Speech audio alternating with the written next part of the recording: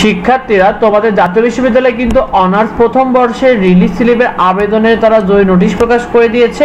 শিক্ষার্থীরা তোমাদের কিন্তু 28 আগস্ট তোমরা যারা তোমাদের প্রথম রিলিজ স্লিপে আবেদন করবে তোমরা কিন্তু 28 আগস্ট বিকাল 4টা থেকে তোমাদের কিন্তু 9 সেপ্টেম্বর রাত 12টা পর্যন্ত তোমাদের আবেদন করা যাবে। শিক্ষার্থীরা কিভাবে আবেদন করতে হবে এটা নিয়ে ভিডিও থাকবে আমার চ্যানেলে।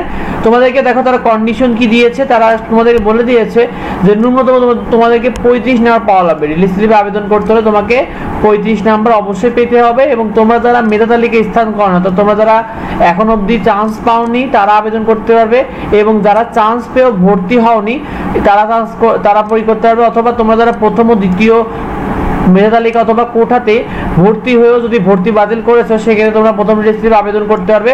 অর্থাৎ এই 3 ধরনের শিক্ষার্থীরা কিন্তু আবেদন করতে হবে, যারা কিন্তু যারা মেধা তালিকায় স্থান পায়নি, যারা কিন্তু মেধা তালিকায় স্থান পেয়ে ভর্তি হয়নি এবং যারা তোমরা প্রথম দ্বিতীয় এবং কোটার রেজাল্টে তোমরা ভর্তি সুযোগ পেয়েও তোমরা ভর্তি বাতিল করেছো সেক্ষেত্রে তোমরা কিন্তু প্রথম রিলিজ স্লিপে আবেদনের সুযোগ পাবে বলে দিয়েছে।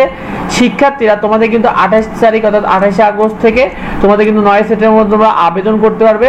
আবেদন করতে তোমাকে অ্যাপ্লিকেন্ট লগইন হয়ে তোমার অ্যাপ্লিকেন্ট আইডি দিয়ে পিন নাম্বার দিয়ে কিন্তু তোমাকে লগইন হতে হবে। তারপর তোমাকে 5টা কলেজ কিন্তু সিলেক্ট করতে হবে, করার পরে কিন্তু তোমাকে আবেদন করতে হবে।